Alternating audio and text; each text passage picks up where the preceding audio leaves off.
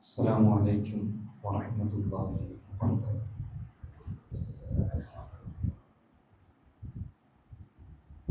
الحمد لله وكفى وسلام على عباده الذين اصطفى أما بعد.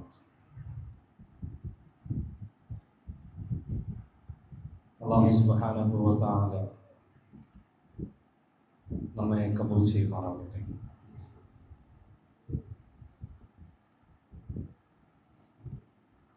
കുറച്ച് സമയം ഒരു പ്രസംഗമോ അതല്ലെങ്കിൽ നിങ്ങളോട് വലിയ വർത്തമാനങ്ങളോ പറയാനല്ല വിനീതൻ ഇവിടെ എഴുന്നേറ്റ് നിന്നു. കുറച്ച് യാഥാർത്ഥ്യങ്ങളിലേക്ക് കണ്ണോടിക്കാൻ വളരെ ഗൗരവപരമായ കുറച്ച് നമ്മുടെ ജീവിതത്തിൽ അത്യന്താപേക്ഷിതമായി അറിഞ്ഞിരിക്കേണ്ട,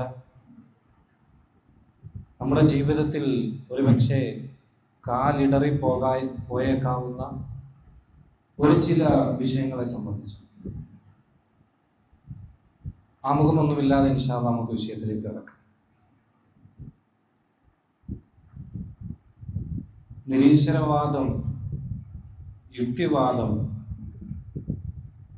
ഇങ്ങനെ പല പേരുകളിൽ മതനിരാസം അറിയപ്പെടുന്നുണ്ട്. പലരും മതങ്ങൾ ഉപേക്ഷിക്കുന്നത് പല കാരണങ്ങളുടെ പേരിലാണ്. ചിലർ ഭൗതികമായ ലക്ഷ്യത്തിൻ്റെ പേരിൽ, ഏതെങ്കിലും സ്ത്രീയോടുള്ള ആസക്തി കാരണമായി ആ സ്ത്രീയെ വിവാഹം കഴിക്കാനായി തൻ്റെ മതം വിട്ട് മറ്റൊരു സേഫ് സോണിലേക്ക് മാറുന്നതായി കാണാം. അതല്ലെങ്കിൽ മറ്റിതര കച്ചവട കാര്യങ്ങൾ സാമൂഹികപരമായി, അതിനുമപ്പുറം ചില മതങ്ങളുടെ പൊള്ളത്തരങ്ങൾ കണ്ടുകൊണ്ട് ഇങ്ങനെ പല രീതിയിൽ പരിശുദ്ധ ദീനിൽ നിന്നും ആളുകൾ മറ്റു മതങ്ങളിൽ നിന്നും നിരീശ്വരവാദത്തിലേക്ക് പോകുന്നതായി കാണാൻ സാധിക്കും. ഇനി ഞാൻ പറയുന്നത് നവനാസ്തികത എന്ന് പറയുന്ന ഒരു പുത്തൻ മതനിരാസം, അതിൻ്റെ പീക്ക് ലെവലിലാണ് നമ്മുടെ പ്രത്യേകിച്ച് കേരളം പോയിക്കൊണ്ടിരിക്കുന്നത്. എന്താ മതനിരാസം? നവനാസ്തികത എന്ന് പറഞ്ഞ് എല്ലാവരും പരിശുദ്ധ ഇസ്ലാമിനെതിരെ ഒറ്റക്കെട്ടായി, മറ്റ് മതങ്ങൾ അനുശാസിക്കുന്ന ആളുകളാണെങ്കിലും ദൈവമില്ല എന്ന് പറയുന്നവരാണെങ്കിലും എല്ലാവരും ഒരുമിച്ച് കൂടി പരിശുദ്ധ ഇസ്ലാമിനെതിരെ കടന്നു കയറും. ഇതിൻ്റെ ആത്യന്തികമായ കാരണമുണ്ട്. ഇതിൻ്റെ അടിവേരിലേക്ക് നാം ഒന്ന് പോയാൽ നമുക്ക് മനസ്സിലാകും, നാസ്തികതയ്ക്ക് പാശ്ചാത്യൻ ലോകത്തൊന്നും വലിയ പ്രാധാന്യമൊന്നുമില്ലായിരുന്നു. പാശ്ചാത്യൻ ലോകം നാസ്തികതയെ ഒന്നുമല്ലാതാണ് കണ്ടുകൊണ്ടിരുന്നത്. നവനാസ്തികത എന്ന് പറഞ്ഞ പുതിയൊരു നാസ്തികവാദം, ദൈവമില്ല, ഇതൊന്നും വേണ്ട, നമുക്ക് സ്വതന്ത്രമായി ജീവിക്കാം, ഈ ഒരു ലെവലിലേക്ക് ചിന്തിക്കാൻ തുടങ്ങിയത്, ഇതിനൊരു കാരണമായി തീർന്നത് 2001 സെപ്റ്റംബർ 11 നടന്ന വേൾഡ് ട്രേഡ് സെന്റർ ആക്രമണമാണ്. അതൊരു വലിയ ആയുധമായി എടുത്തു. മതങ്ങൾക്കെതിരെ ചെറുത്തു നിൽക്കാൻ പറ്റുന്ന, മതങ്ങൾക്കെതിരെ ആരോപിക്കാൻ പറ്റുന്ന ഒരു വലിയ വിഷയമാക്കി.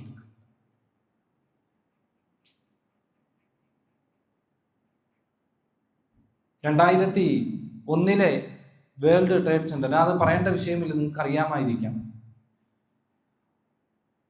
ഇന്നത്തെ നവനാസ്തികത മുന്നോട്ട് വെക്കുന്ന, അതിൻ്റെ ആശയങ്ങൾ മുന്നോട്ട് വെക്കുന്ന 4 പേര് നവനാസ്തികതയുടെ കുതിര പോരാളികൾ എന്നറിയപ്പെടുന്ന Richard Dawkins, Sam Harris, Daniel Dennett, Christopher Hitchen. ഒന്നുകൂടി പറയാം: Richard Dawkins, Sam Harris, Daniel Dennett, Christopher Hitchens. ഈ നാല് പേര് ചേർന്നിട്ടാണ് ഇന്നത്തെ നവനാസ്തികതയ്ക്ക് പുതിയ രൂപം നൽകി. ഇവിടുന്ന് അങ്ങോട്ട് യൂറോപ്യൻ രാജ്യങ്ങളിൽ വലിയൊരു വിപ്ലവമാണ് അവർ സൃഷ്ടിച്ചത്. കാരണം വേൾഡ് ട്രേഡ് സെന്റർ ആക്രമിക്കുന്നു, അതൊരു മതത്തിന്റെ പേരിൽ ആരോപിക്കപ്പെടുന്നു. മതങ്ങളെല്ലാം അക്രമത്തിനുള്ളതാണ്, മതങ്ങൾ ധാർമ്മികത പഠിപ്പിക്കുന്നില്ല എന്ന ആശയവുമായി മുന്നോട്ട് വരുന്നു. അങ്ങനെ ഇത് ഏറ്റെടുക്കാൻ അന്നത്തെ സാഹചര്യം വെച്ചുകൊണ്ട് ആളുകൾ മുന്നോട്ട് വരികയാണ്. സാം ഹാരിസിനെ പോലെയുള്ളവർ ഈ രീതിയിലാണ് ഇസ്ലാമോഫോബിയ പ്രചരിപ്പിച്ചത്. ദൈവനിഷേധത്തിനെതിരെ പോരാടാനും ബലാത്സംഗത്തിനെതിരെ പോരാടാനും ഒരേ സമയം എന്നോട് പറഞ്ഞാൽ ഞാൻ ദൈവ നിഷേധത്തിന് വേണ്ടി പോരാടുന്നതാണ്, അഥവാ ദൈവനിഷേധത്തെ സ്ഥാപിക്കാനായി ഞാൻ പോരാടുന്നതാണെന്ന് പറയുക. ഈ രീതി അമേരിക്ക അഴിച്ചുവിടുന്ന മുഴുവൻ അക്രമങ്ങളും അതൊക്കെ ആവശ്യമുള്ളതാണ്. മതത്തിന്റെ ധാർമ്മികതയുള്ള, മത ആദർശമുള്ളവർ അവർ കൊല്ലപ്പെടേണ്ടവരാണെന്ന് പോലും അദ്ദേഹം ഗ്രന്ഥങ്ങളിൽ എഴുതി ചേർക്കുകയുണ്ടായി. സത്യത്തിൽ ഇവിടെ നിന്നൊരു കുതിപ്പായിരുന്നു നവനാസ്തികത, ഒരു വലിയ കുതിപ്പായിരുന്നു. ഇന്നിപ്പം പുതിയ ലോകത്ത് ഒരുപാട് വർഷങ്ങൾ കഴിഞ്ഞു, ഇത് 2025 പുതിയ ലോകത്ത് നാം മനസ്സിലാക്കേണ്ടത് നവനാസ്തികത അതില്ലായ്മ ചെയ്യപ്പെട്ടുകൊണ്ടിരിക്കുക. കഴിഞ്ഞ ദിവസമാണ് ട്രംപ് അധികാരത്തിലേറിയത്. നാസ്തികതയിൽ ഊന്നി നിന്ന LGBTQIA+ ലിബറൽ സംവിധാനം അമേരിക്കയിലെ ഒരു സ്കൂളുകളിലും നടപ്പാക്കാൻ ഇനി സാധിക്കുകയില്ല. ആണും പെണ്ണും മതി നമുക്ക്, അതിനപ്പുറത്തേക്കൊരു ജെൻഡർ വേണ്ട എന്ന് തീരുമാനിക്കുകയും പാസ്സാക്കുകയും ചെയ്തു. അമേരിക്കയിലെ ആളുകൾ കൈയടിച്ച് പാസ്സാക്കിയ ഇന്നീ നവനാസ്തികത അമേരിക്കയിൽ കുറഞ്ഞ് ശോഷിച്ച് അതിൻ്റെ അവസാനത്തിലേക്ക് എത്തുകയാണ്. അതാണ് യാഥാർത്ഥ്യം. ആളുകൾ ഇസ്ലാമിലേക്ക് വന്നുകൊണ്ടിരിക്കുക. പക്ഷേ കടൽ കടന്നിന് വരുമ്പോൾ നമ്മുടെ ഇന്ത്യയിൽ, കേരളത്തിൽ ഈ റിച്ചാർഡ് ഡോക്കിൻസും സാം ഹാരിസും ഒക്കെ പറഞ്ഞു വെച്ചിരുന്ന, അവരുടെ ഗ്രന്ഥങ്ങളിൽ എഴുതി വെച്ചിരുന്ന അതേ ഇസ്ലാമോഫോബിയ ഇന്ന് നമ്മുടെ നാട്ടിൽ, എൻ്റെ പ്രിയമുള്ള വിദ്യാർത്ഥികൾ മനസ്സിലാക്കണം, എല്ലാവരും മുമ്പത്തലയാണ്. എല്ലാവരും ഈ വിഷയത്തിൽ മുമ്പത്തലയാണ്. ആരെയും മാറ്റി നിർത്താൻ. ഇസ്ലാമോഫോബിയയുടെ പീക്ക് ലെവലിലാണ് നമ്മുടെ നാടുകൾ. ചിലർ സന്ദേഹവാദികളായി, അജ്ഞേയവാദി എന്ന് പറയും, സന്ദേഹവാദികൾ. സത്യമാണോ അല്ലയോ എന്നുള്ള സന്ദേഹത്തിലാണ് ചിലർ. ഇവിടെ ഞാൻ ഓരോ വിഷയങ്ങൾ എടുത്ത് സംസാരിക്കാൻ നിന്നാൽ, അതായത് ഇസ്ലാമിനെതിരെ വരുന്ന ഓരോ ആരോപണങ്ങൾ എടുത്ത് സംസാരിക്കാൻ നിന്നാൽ പൂർണ്ണവുമില്ല. ആയിരക്കണക്കിന് വരുന്ന വിമർശനങ്ങൾ, ആക്ഷേപങ്ങൾ ഇസ്ലാമിനെതിരെ ഓൾറെഡി ഉന്നയിക്കപ്പെട്ട് കഴിഞ്ഞു. ഇതിനെ എങ്ങനെ നേരിടാം, അതാണ് ആകെ ചുരുക്കത്തിൽ നമ്മൾ പറയുന്നതും. അതിനുശേഷം ഒരു മുദാക്കറ അതാണ് ഉദ്ദേശിക്കുന്നത്. ഇതിനെ എങ്ങനെ നേരിടാം? ഞാൻ വിഷയത്തിലേക്ക് വരികയാണ്. 2 രീതിയിലാണ് നമുക്ക് മുന്നിൽ വരുന്ന വിഷയങ്ങളെ നാം സമീപിക്കേണ്ടത്. ശരിയായ രീതിയിൽ എഴുതി വെക്കുക. 1 സബ്ജക്റ്റീവ്, 2 ഒബ്ജക്റ്റീവ്. അഥവാ സബ്ജക്റ്റീവ് എന്ന് പറഞ്ഞാൽ യാഥാർത്ഥ്യമുണ്ടാവുകയില്ല, ആത്മനിഷ്ഠമായിരിക്കും, അഥവാ തന്നിഷ്ടപ്രകാരം പറയുന്ന കാര്യങ്ങൾ. ഇതിനാണ് സബ്ജക്റ്റീവ് എന്ന് പറയുന്നത്. തന്നിഷ്ടപ്രകാരം അടിസ്ഥാനമില്ലാതെ, എവിഡൻസ്, തെളിവുകളില്ലാതെ പറയുന്ന കാര്യങ്ങൾക്കാണ് സബ്ജക്റ്റീവ് എന്ന് പറയുന്നത്. മറ്റൊന്നുണ്ട് ഒബ്ജക്റ്റീവ്, അഥവാ വസ്തുനിഷ്ഠം. പറയുന്ന കാര്യത്തിന് വിത്ത് പ്രൂഫ് ആൻഡ് എവിഡൻസ്. ആ പറയുന്നത് കൃത്യമായിരിക്കും, യാഥാർത്ഥ്യമായിരിക്കും, വസ്തുനിഷ്ഠം.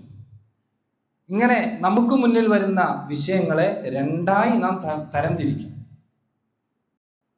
പല വിമർശനങ്ങളും വരാം.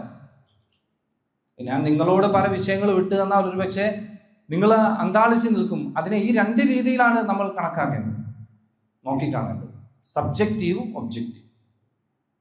ബുറാക്കിന്റെ ശാസ്ത്രീയത എന്താ? ഇതെന്താ ഖബർ വിശാലമാകുമോ? ഇതൊക്കെ എങ്ങനെ സാധിക്കും? ശാസ്ത്രം ഇത്ര വളർന്നില്ലേ? നിങ്ങൾ എന്തോ വിഡ്ഢിത്തമാണ് ഈ പറയുന്നത്. ഇങ്ങനെ തുടങ്ങി ആരോപണങ്ങൾ ഇങ്ങനെ നൂലില്ലാത്ത പട്ടം പോലെ ഇങ്ങനെ പറന്നു കിടക്കുകയാണ്. ഏതിലും കയറി പിടിക്കുമാണ്. നാം മനസ്സിലാക്കേണ്ടത്, നമ്മുടെ മുന്നിൽ വരുന്ന ആരോപണങ്ങൾ രണ്ട് രൂപത്തിൽ നാം അതിനെ വിലയിരുത്തുക. അത് സബ്ജക്റ്റീവാണോ ഒബ്ജക്റ്റീവാണോ, അഥവാ ഈ പറയുന്ന കാര്യത്തിൽ കഴമ്പുണ്ടോ ഇല്ലയോ, ഇത് വസ്തുനിഷ്ഠമാണോ അല്ലയോ. ഒരു കാര്യം വസ്തുനിഷ്ഠമാണെന്ന് എങ്ങനെ മനസ്സിലാക്കാം? അത് അളക്കണമല്ലോ. നമ്മൾ ശറഹുൽ അഖായിദിന്റെ ആദ്യത്തെ 40 പേജ് നമ്മൾ ഈ വിഷയമാണ് ചർച്ച ചെയ്യുന്നത്. ഇതൊക്കെ പഠിച്ചിട്ടുണ്ടാകും. അതിനാണ് എപ്പിസ്റ്റമോളജി എന്ന് പറയുന്നത്, ജ്ഞാനശാസ്ത്രം. നമ്മുടെ മുന്നിൽ വരുന്ന ഒരു വിഷയത്തെ അത് യഥാർത്ഥ അറിവാണോ എന്ന് 3 രീതിയിലാണ് നാം അതിനെ ഹരിച്ച് ഗുണിച്ച് മനസ്സിലാക്കുന്നത്. 3 രീതിയിലാണ്. കാര്യം എളുപ്പമാണ്. അതിൻ്റെ പേരാണ് ജ്ഞാനശാസ്ത്രം, എപ്പിസ്റ്റമോളജി. ഫിലോസഫിയാണ്. ഒരു കാര്യം അറിവാണോ എന്നറിയണമെങ്കിൽ അതിന് 3 രീതിയിൽ ഏതെങ്കിലും ഒരു രീതിയിൽ ശരിയായാൽ മതിയാകും. ആ 3 രീതികളാണ് പറയുന്നത്. ഒരു കാര്യം വസ്തുനിഷ്ഠമാണോ യാഥാർത്ഥ്യമാണോ എന്നറിയാൻ ഒന്നാമതായി ഉപയോഗിക്കപ്പെടുന്നത് പഞ്ചേന്ദ്രിയങ്ങളാണ്. എംപിരിക്കൽ എവിഡൻസ് എന്ന് പറയും. എംപിരിക്കൽ എവിഡൻസ്, അനുഭവിച്ചറിയുന്നത് എന്നൊക്കെ പറയാം. നാം അനുഭവിച്ചറിയുന്നത് അതൊരു അറിവാണ്, അത് വസ്തുനിഷ്ഠമാണ്. അതിനെ ആർക്കും നിരാകരിക്കാൻ സാധിക്കില്ല. നമ്മളൊരു ആരോപണം പറയുന്ന ഒരാൾ, ഞാൻ ഇത് വിഷയത്തിൽ അത് പറയേണ്ട രീതിയിൽ പറഞ്ഞുതരാം. ഒരാരോപണം നമ്മുടെ അടുക്കൽ ഒരാൾ ഉന്നയിച്ചു കൊണ്ടുവരികയാണെങ്കിൽ ഞാൻ ഈ പറയാൻ പോകുന്ന 3 രീതിയിൽ നോക്കുക, ഏതെങ്കിലും ഒരു രീതി വെച്ചുകൊണ്ട് ശരിയാണോ. അതിലൊന്നാണ് അനുഭവപരമായ അറിവുകൾ. അത് വിജ്ഞാനം ലഭിക്കാനുള്ള ഒരു മാർഗമാണ്. അതിനെ ആർക്കും നിഷേധിക്കാൻ കഴിയില്ല. ഒരു നിരീശ്വരവാദിക്കുമോ നിഷേധിക്കാൻ പറ്റൂല. അതിനെ നിഷേധിച്ച അദ്ദേഹത്തിന് വാ തുറക്കാൻ പറ്റൂല. ഉദാഹരണത്തിന്, ഞാൻ ഈ അനുഭവപരമായ അറിവുകൾ അതില്ല എന്ന് ഞാൻ പറയുന്നു എന്ന് വിചാരിക്കുക. എങ്കിൽ എനിക്ക് ഒരു കറി, ആ കറിയുടെ ടേസ്റ്റ് നിങ്ങൾക്ക് പറഞ്ഞു തരാൻ സാധിക്കില്ല. കാരണം ഞാൻ അനുഭവിച്ചറിയുന്നത് അത് ശരിയായ അറിവല്ല എന്ന് വിശ്വസിക്കുന്ന ആളാണ്. ഒരു മണം അത് മണത്ത് പറയാൻ എനിക്ക് സാധിക്കില്ല. ഒരു നിറം അത് കറുത്തതാണെന്ന് പറയാൻ എനിക്ക് സാധിക്കില്ല. ഇങ്ങനെ ഒരു അറിവില്ല എന്ന് പറയാൻ, നിഷേധിക്കാൻ ഒരു യുക്തിവാദിക്കും സാധിക്കുന്നതല്ല. ഇത് എളുപ്പമുള്ള ഒരു കാര്യമാണ്. രണ്ടാമതായി, അറിവ് കിട്ടുന്ന, ശരിയായ അറിവ് കിട്ടുന്ന രണ്ടാമത്തെ മാധ്യമം അഖിലാണ്, ബുദ്ധി. യുക്തിയല്ല, ബുദ്ധി. പലരും യുക്തി എന്ന് പറയാറുണ്ട്. യുക്തി തെറ്റാണ്. യുക്തി എന്താണെന്ന് വെച്ചാൽ നമുക്ക് ചർച്ച ചെയ്യും. ലോജിക്. ഒരാൾക്ക് അക്കലൊന്നുമില്ല, അതൊക്കെ വെറുതെയാണ്. സത്യത്തിൽ അത് വെറുതെയാണെന്ന് പറയുന്ന ആൾക്ക് ഞാൻ ആദ്യം പറഞ്ഞതുപോലെ അദ്ദേഹത്തിന് വാ തുറക്കാൻ പറ്റൂല, ഒന്നും പറയാൻ പറ്റൂല. ഇവിടെ നിൽക്കുന്ന ഞാൻ അൻവറാണെന്ന് എനിക്ക് പറയാൻ പറ്റൂല. കാരണം ഞാൻ പറയുന്നു ബുദ്ധി അറിവ് നൽകുന്ന ഒരു കാര്യമല്ല എന്ന് പറഞ്ഞു കഴിഞ്ഞാൽ പിന്നെ എൻ്റെ ബുദ്ധി കൊണ്ട് ഞാൻ കണ്ടുപിടിച്ച എൻ്റെ പേരിന് പ്രസക്തിയില്ല. ലോജിക്കില്ല എന്ന് പറഞ്ഞാൽ പിന്നെ വൈരുദ്ധ്യമാണ് അവിടെ വരുന്നത്. മനസ്സിലാക്കണം. ലോജിക്കില്ല എന്ന് പറഞ്ഞാൽ പിന്നെ വൈരുദ്ധ്യങ്ങളുടെ ഒരു ലോകമാണ് ഇത്.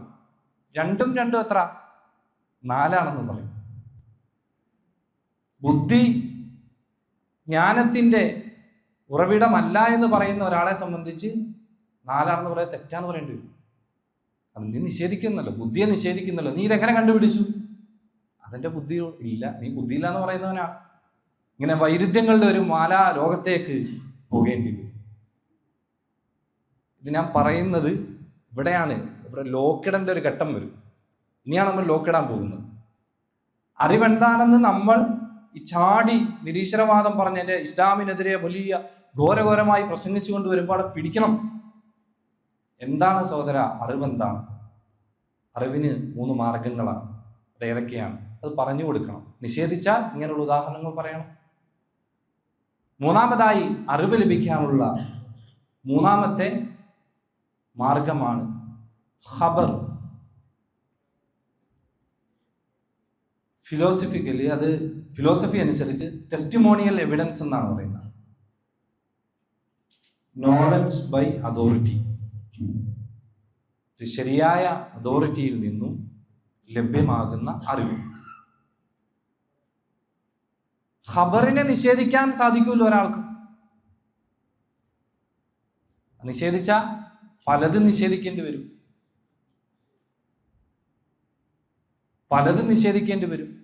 ഉദാഹരണത്തിന് ഒരു കോടതിയിൽ കേസ് നടക്കുക. ഉദാഹരണങ്ങൾ കൃത്യമാണ്, വ്യക്തമാണ്. ഒരു കോടതിയിൽ കേസ് നടക്കുക. ഇനി കേസ് നടക്കുന്നത് ആ പ്രസ്തുത നടന്ന കാര്യം, ഇനി നടക്കാനുള്ള കാര്യമല്ല, നടന്ന കാര്യം, വർഷങ്ങൾക്ക് മുമ്പ് നടന്ന കാര്യത്തെ കണ്ട ദൃക്സാക്ഷികളുടെ മൊഴിയെ അടിസ്ഥാനപ്പെടുത്തി, തെളിവുകൾ അടിസ്ഥാനപ്പെടുത്തിയിട്ടാണ്. ഇനി അതവിടെ ഡിസ്പ്ലേ ചെയ്യപ്പെടുകയില്ല. ആ കേസിന് ആസ്പദമായ സംഭവം ഇനി അവിടെ വരികയില്ല. ഇല്ല, ഖബറൊന്നുമില്ല, വെറുതെയാണെന്ന് പറഞ്ഞാൽ കേസ് നടക്കൂല. ഖബറിലൂടെ കിട്ടുന്ന അറിവുകൾ അത് ശരിയല്ല എന്ന് പറഞ്ഞാൽ പിന്നെ കേസ് നടക്കൂല. ഗാന്ധിജി ഇവിടെ ജീവിച്ചിരുന്ന ആളാണ്. നേരിട്ട് കണ്ടിട്ടുണ്ടോ? ഇല്ല. ഗാന്ധിജിയാരനെ നിഷേധിക്കൂ? ഇല്ല. ഈ അറിവ് എവിടുന്ന് കിട്ടി? ഖബറാണ്, അതോറിറ്റിയിൽ നിന്ന് ലഭിച്ചതാണ്. നോളജ് ബൈ അതോറിറ്റിയാണ്, ടെസ്റ്റിമോണിയൽ എവിഡൻസ് ആണ്. കുറച്ചുകൂടി കടന്ന് സംസാരിക്കുന്നവർ പറയാറുണ്ട്. അതും പറ്റുകയില്ല എങ്കിൽ ഒരു ഉദാഹരണം കൂടി പറയാം, അതോടുകൂടി ആവശ്യം വന്നു. നിങ്ങൾ ആരുടെ മകനാണ്? നിങ്ങളുടെ വാപ്പയുടെ പേരെന്താണ് എന്ന് ചോദിക്കുമ്പോൾ ഞാൻ സെയ്ദിന്റെ മകനാണെന്ന് പറയണമെങ്കിൽ, അല്ലെ ഉമ്മയുടെ പേര് ചോദിക്കുമ്പോൾ ഞാൻ ഇന്ന ആളുടെ മകനാണെന്ന് പറയണമെങ്കിൽ, എൻ്റെ പ്രിയമുള്ളവരെ, അതിന് എവിടെ നിന്നാണ് എവിഡൻസ്? ഉമ്മ കണ്ടോ? മനസ്സിലാകുന്നില്ലേ? എവിടെ നിന്ന് ലഭിച്ചാണ്? ആകെ പ്രസവമെടുത്ത സമയത്ത് നമ്മെ ബോധിപ്പിക്കുന്നതാരാ? നമ്മുടെ ഉമ്മയെ ബോധിപ്പിക്കുന്നതാരാ? പ്രസവം എടുക്കാൻ നിന്ന അവിടുത്തെ സിസ്റ്ററാണ്. ഇത് നിഷേധിക്കുകയാണെങ്കിലും അവര് പറയുന്ന സിസ്റ്റർ വന്നിട്ട് പറയാം, നിങ്ങളുടെ മകനാണിത്, നിങ്ങളുടെ മകളാണിത്, ഇന്ന പിടിച്ചോ എന്ന് പറയുമ്പോൾ നിങ്ങളുടെ ഖബറിനെ ഞാൻ സ്വീകരിക്കുന്നില്ല, ഖബറേ ഇല്ല എന്ന് പറഞ്ഞാൽ അവന് പിന്നെ എന്ത് പറയേണ്ടി വരും? മനസ്സിലാവുന്നുണ്ടോ? അതുകൊണ്ട് ഖബർ ഒരാൾക്കും നിഷേധിക്കാൻ സാധിക്കില്ല. ഇതാണ് അറിവ് ലഭിക്കാൻ ഈ 3 വഴികളാണുള്ളത്. ഇനി നാം മനസ്സിലാക്കേണ്ടത്, ഇതിൽ ഏത് വഴിയിലൂടെ ഇസ്ലാമിനെ നമുക്ക് നിയമപരമായി, അത് ബുദ്ധിപരമായി സ്ഥാപിക്കാൻ സാധിക്കും. പറ്റുമോ ഇല്ലയോ?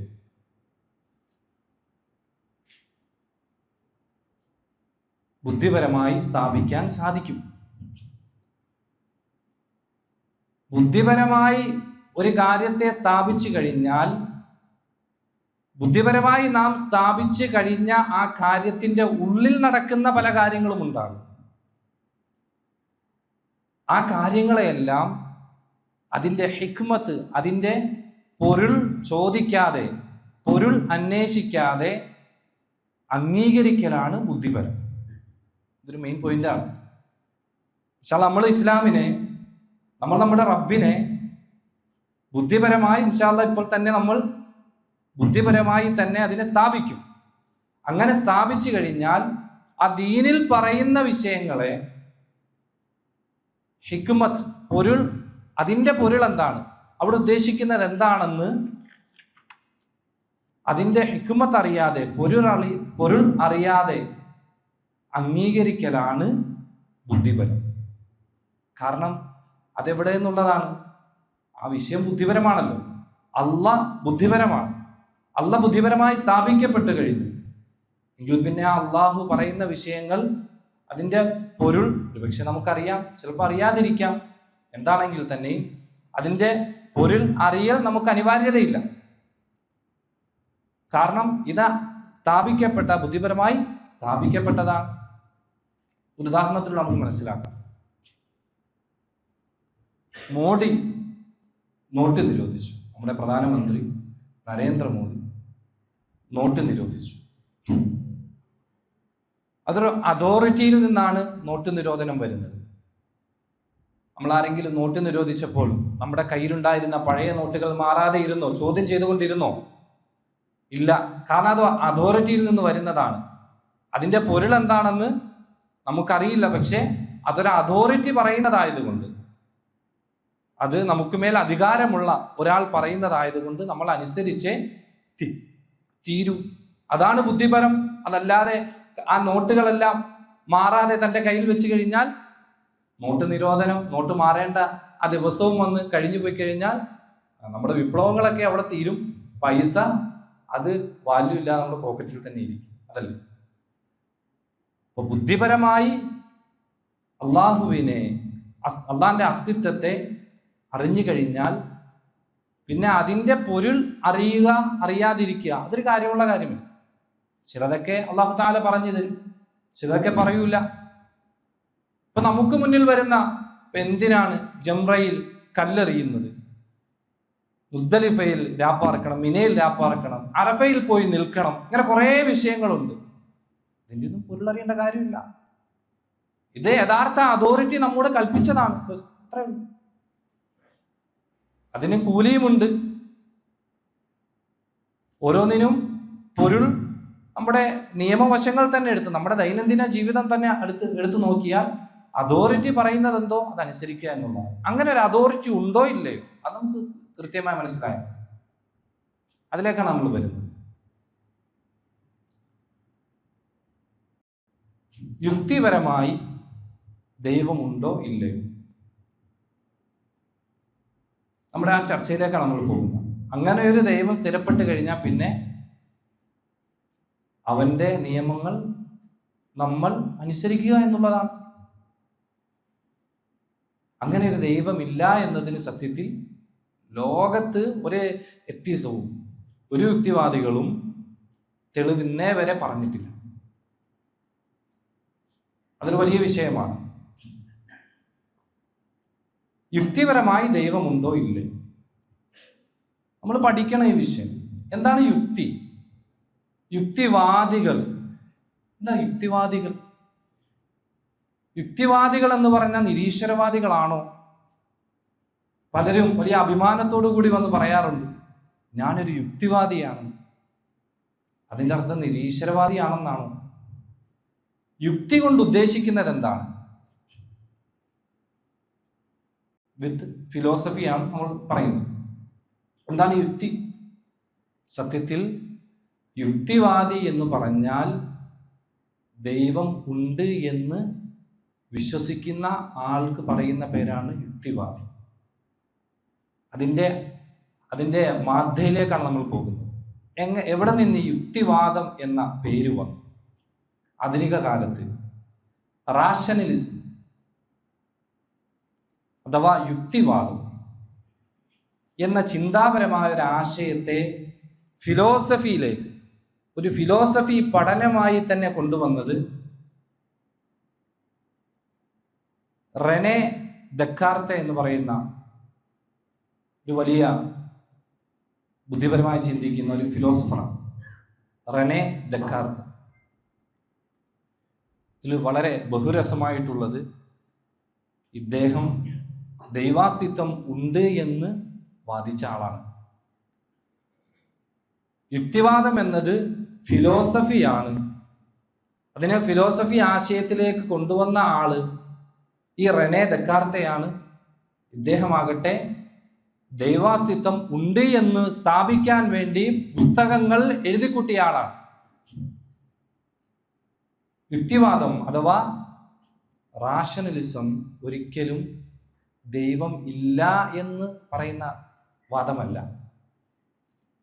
ദൈവം ഉണ്ട് എന്ന് വിശ്വസിക്കുന്നവർക്ക് പറയേണ്ടതാണ്.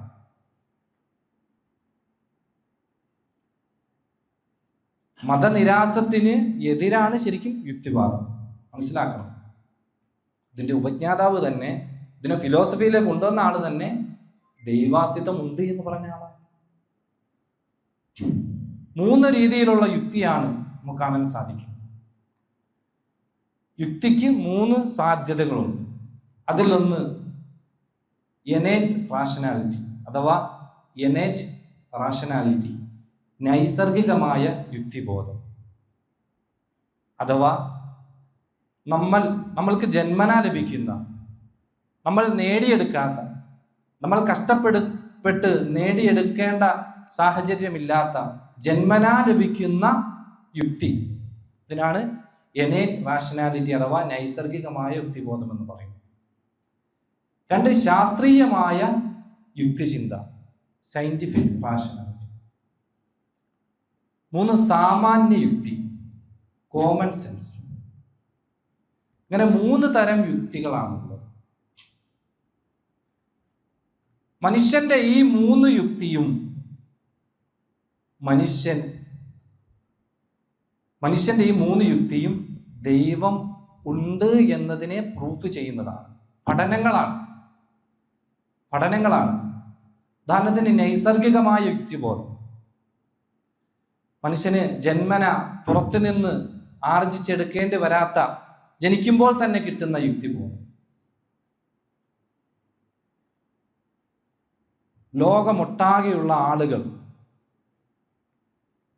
അവർക്കിടയിൽ ഒരു വലിയ പഠനം നടക്കുകയുണ്ടായി. ഈ നൈസർഗികമായ യുക്തിബോധം, ആ യുക്തിബോധം ദൈവം ഉണ്ട് എന്നതിലേക്ക് ആളുകളെ കൊണ്ടുപോകുന്നുണ്ട്. അതായത് ഒരു കുട്ടി ജനിച്ചാൽ ആ കുട്ടിയിൽ ജന്മന ദൈവം ഉണ്ടോ ഇല്ലയോ, ഉണ്ട് എന്ന ഒരാശയമാണോ ആ കുട്ടിയുടെ ഉള്ളിലുള്ളത്, ജന്മന ഉള്ളത്. ഇതിനെപ്പറ്റി വലിയ പഠനങ്ങൾ നടന്നിട്ടുണ്ട്. ഓക്സ്ഫോർഡ് യൂണിവേഴ്സിറ്റി 3 വർഷം നീണ്ടു നിന്ന വലിയൊരു പഠനം നടത്തി. 20 രാജ്യങ്ങളിലാണ് ആ പഠനം നടത്തിയത്. 20 രാജ്യങ്ങളിലെ ആളുകളെ പരിശോധിച്ച് നടത്തിയ ഒരു പഠനമാണ്. അതിലൂടെ തെളിഞ്ഞത്, വ്യത്യസ്ത സാമൂഹിക ചുറ്റുപാടിൽ ജീവിക്കുന്ന, വ്യത്യസ്ത രാജ്യങ്ങളിൽ ജീവിക്കുന്ന ആളുകൾ, അവരെല്ലാവരും നൈസർഗികമായി തന്നെ മതവിശ്വാസത്തോട് താല്പര്യമുള്ളവരും ദൈവമുണ്ട് എന്ന് വിശ്വാസമുള്ളവരുമാണ്. പ്രൊഫസർ റോഗർ ഡ്രിക് ആണ് ഈ പഠനത്തിന് ചുക്കാൻ പിടിച്ചത്. അതുപോലെ തന്നെ ജന്മനാ തന്നെ കുഞ്ഞുങ്ങളിൽ ദൈവത്തെ സംബന്ധിച്ച ബോധം ഉൾക്കൊള്ളുന്നതായി പഠനങ്ങൾ പറയുന്നു. ജസ്റ്റിസ് ബാരറ്റ് എന്ന് പറയുന്ന ഒരു പാശ്ചാത്യ പണ്ഡിതൻ, അദ്ദേഹം കുഞ്ഞുങ്ങളുടെ നൈസർഗിക ബോധത്തെ പ്രമേയമാക്കി ദ ബോൺ ബിലീവർ എന്നൊരു പുസ്തകം രചിച്ചിട്ടുണ്ട്. മനുഷ്യന്റെ നൈസർഗികമായ ബോധം അത് കുഞ്ഞുങ്ങളിൽ ദൈവമുണ്ട് എന്നതിലേക്കാണ് വിരൽ ചൂണ്ടുന്നത് എന്ന് കാണിച്ചുകൊണ്ട് ഒരു പുസ്തകം തന്നെ അദ്ദേഹം എഴുതിയിട്ടുണ്ട്. അതുകൊണ്ട് തന്നെ മറ്റൊരു പഠനമാണ് മനുഷ്യ ശരീരത്തിൽ ഓക്സിറ്റോസിൻ ഹോർമോണുകളുടെ ഉൽപാദനം ദൈവബോധത്തെ കൂടി വർദ്ധിപ്പിക്കുന്നു.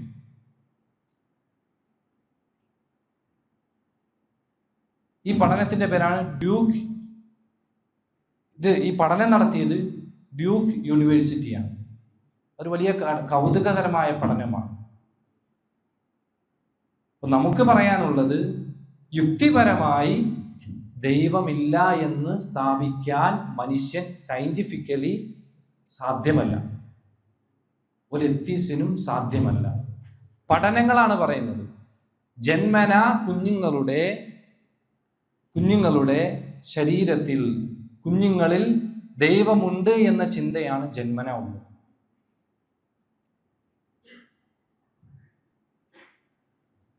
ഇനി ദൈവത്തിന് എന്താണ് തെളിവ്? ഞാൻ യുക്തിയെ പറ്റിയാണ് പറഞ്ഞത്.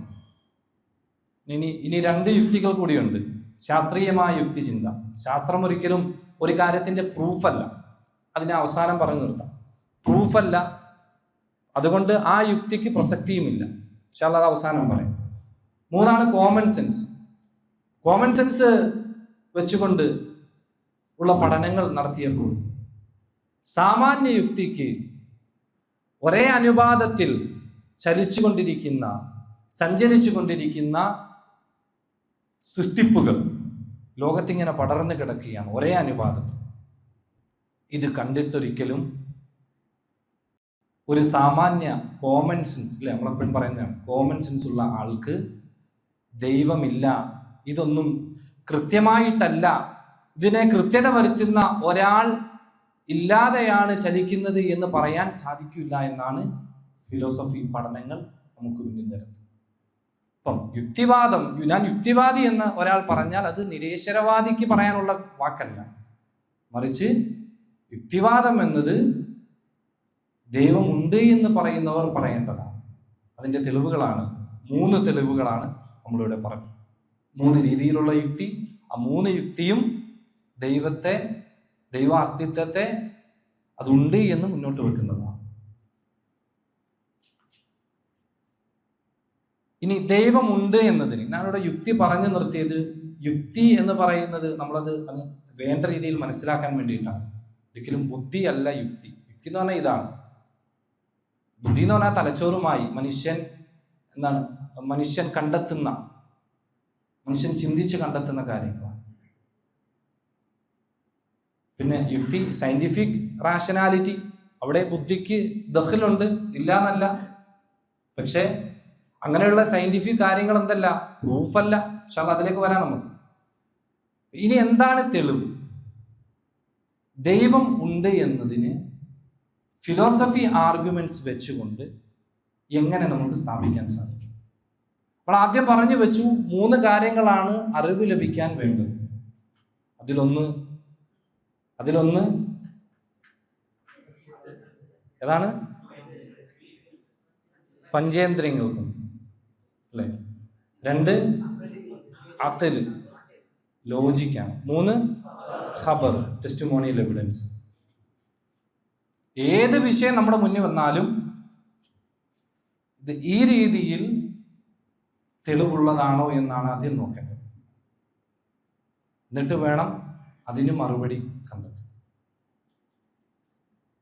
ഇവിടെ ആരോപണങ്ങൾ വരുമ്പോൾ കൂടുതലും വരുന്നത് അഭൗതിക കാര്യങ്ങളായിരിക്കും. ആരോപണങ്ങളിൽ കൂടുതൽ പറയാറുള്ളത് മെറ്റാഫിസിക്സ് ആയിരിക്കും. അഥവാ ബുറാക്കുണ്ടോ, ബുറാക്ക് എങ്ങനെ ഇരിക്കും, അതങ്ങനെ ആകാശവും ഭേദിച്ച് കടന്നു പോകാൻ പറ്റുന്ന, അതെന്ത് കത്തിച്ചാമ്പലാവൂല്ലേ, എന്താ ഖബർ ഇങ്ങനെ നീളുമെന്ന്, ഇങ്ങനെയുള്ള ആരോപണങ്ങൾ, ഇതെല്ലാം മെറ്റാഫിസിക്സ് ആണ്. ഇത് അഭൗതിക കാര്യങ്ങളാണ്. ഇങ്ങനെ അഭൗതിക കാര്യങ്ങൾ ചോദിച്ചുകൊണ്ടുള്ള ആരോപണങ്ങൾ, അതിന് നമ്മൾ കൊടുക്കേണ്ട മറുപടി അത് ശാസ്ത്രം വെച്ചിട്ടല്ല. കാരണം ശാസ്ത്രത്തിൻ്റെതായ ഒരു രീതിയുണ്ട്. അത് ഇൻഷാ അല്ലാഹ് അവസാനം പറയാം. ശാസ്ത്രത്തിൻ്റെതായ രീതിയുണ്ട്. ശാസ്ത്രം അഭൗതിക കാര്യങ്ങൾ ചർച്ച ചെയ്യാനുള്ളതല്ല.